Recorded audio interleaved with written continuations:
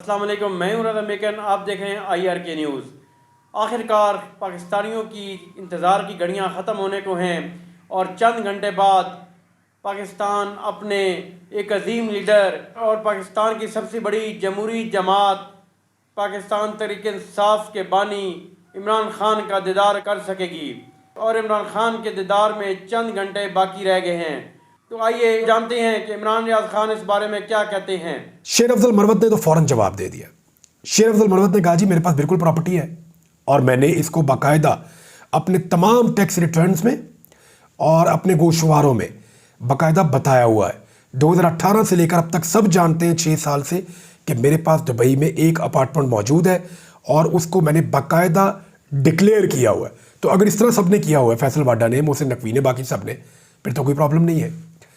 لیکن جس نے نہیں کیا نا، وہاں پرابلم پیدا ہو جاتا ہے۔ ناظرین، عمران خان صاحب نے اڈیالہ جیل سے ایک اور اسپیشل پیغام بھیجا ہے، لیکن یاد رکھیے گا کہ جو بڑی خبر ہے وہ یہ ہے کہ کل صبح 11 بجے عدالتی فیصلے کے مطابق عمران خان صاحب ویڈیو لنک پہ سپریم کورٹ آف پاکستان کے ججز سے مخاطب ہوں گے۔ عمران خان، جن کو بہت عرصے سے لوگوں نے نہ سنا ہے نہ دیکھا ہے، کل انہیں دیکھنے کا ایک موقع مل سکتا ہے۔ میری کچھ صحافیوں سے بات ہو رہی تھی، وہ یہ بتا رہے ہیں کہ ٹیکنیکلی حکومت پھنس گئی ہے۔ قاضی فائد عیسیٰ صاحب نے آرڈر جاری کر دیا ہے۔ اب اگر آرڈر پہ امپلیمنٹ نہیں ہوتا تو ساتھی جج صاحبان، جنہوں نے متفقہ طور پہ یہ کہا کہ جناب عمران خان کو یہ رائٹ ملنا چاہیے کہ وہ عدالت میں پیش ہوں اور چاہے ویڈیو لنک کے ذریعے ہوں، وہ جج صاحبان امید کر رہے ہیں قاضی فائد عیسیٰ سے کہ وہ اپنے فیصلے پر امپلیمنٹ کروا پائیں گے۔ اگر وہ اپنے فیصلے پر عمل درآمد نہ کروا پائے تو قاضی فائد عیسیٰ صاحب کے لیے بڑی آکورڈ سچویشن ہو جائے گی اپنے ساتھی جج صاحبان کے سامنے، اور ان کی پوزیشن بڑی کمزور ہو جائے گی۔ دوسری بات یہ ہے کہ ٹیکنیکل ریزن پہ اگر اس کو روک بھی دیا جاتا ہے تو لمبے عرصے تک کے لیے نہیں روکا جا سکتا۔ الٹیمیٹلی عمران خان صاحب کسی نہ کسی کیس کے اندر یا اسی کیس کے اندر سامنے آ جائیں گے، اور اب زیادہ دیر تک ان کو لوگوں کی نظروں سے اوجھل نہیں رکھا جا سکتا۔ عمران خان صاحب نے کہا ملک کی بدقسمتی ہے، یہاں ایک خود ساختہ بادشاہ سلامت فیصلے کرتے ہیں اور مینڈیٹ نہیں ہے حکومت کے پاس، تو پھر ایسے میں ملک میں فساد اور انتشار ہوتا ہے، جیسا ہمیں کشمیر میں نظر آ رہا، اور پاکستان میں ایسی چیزیں پھیلنے کا خدشہ ہے۔ فارم 47 والی جعلی حکومتیں ہیں، اور حکومت منتخب کی ہوتی ہے پبلک نے، جمہوریت کے اندر تو ایسا ہوتا ہے، اور حکومت کے پیچھے عوام کھڑی ہوتی ہے، اور عوام اپنی منتخب حکومت کو قدر کی نگاہ سے دیکھتے ہیں۔ اگر کوئی تنازع کھڑا ہو جائے تو بات چیت کے ذریعے اس کا حل نکل آتا ہے، مگر جعلی حکومت جس کو مسلط کیا گیا ہوتا ہے، جیسا کہ گلگت بلتستان میں، آزاد کشمیر میں، پنجاب میں اور پاکستان میں، ان کا عوام سے کوئی رشتہ نہیں ہے، چنانچہ ہر جانب بے چینی ہے اور مایوسی ہے۔ فارم 47 زدہ حکومتوں کے خلاف بجٹ کے موقع پر اور شدید رد عمل آئے گا، یہ عمران خان صاحب نے کہا۔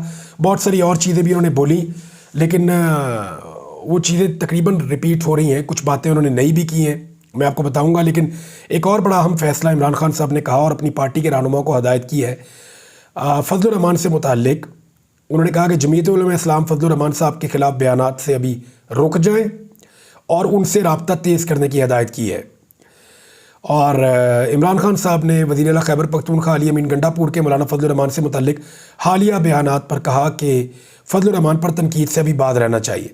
مقصد ایک ہے نا، فضل الرحمان بھی دھاندلی کے خلاف رولا ڈال رہے ہیں، عمران خان صاحب بھی دھاندلی کے خلاف رولا ڈال رہے ہیں، لیکن فضل الرحمان پہ آپ ٹرسٹ نہیں کر سکتے۔ مجھے ذاتی طور پہ ایسا لگتا ہے، وہ اس لیے کہ فضل الرحمان صاحب نے دھاندلی سے ملنے والی مخصوص نشستوں میں سے حصہ لیا تھا۔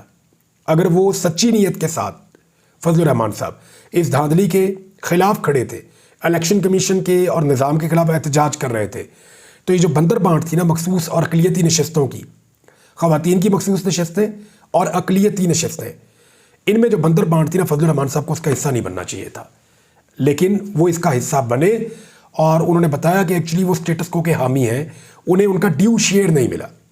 لیکن عمران خان ایک پولیٹیشین ہے، تو ان کو لگا اس وقت فضل الرحمان کو چھیڑنا پولیٹیکلی ان کے لیے نقصان دہ ہوگا، اور ان کو زیادہ جماعتوں کا ایک اتحاد قائم کرنا ہے تاکہ وہ اکیلے نہ رہ جائے۔ پورا نظام کوشش کرتا ہے عمران خان اکیلا ہو، تو ان کو اکیلا کر کے مارنے میں آسانی رہتی ہے، تو جب باقی لوگ ساتھ ہوں گے تو نظام کے لیے تھوڑا مشکل ہو جائے گا۔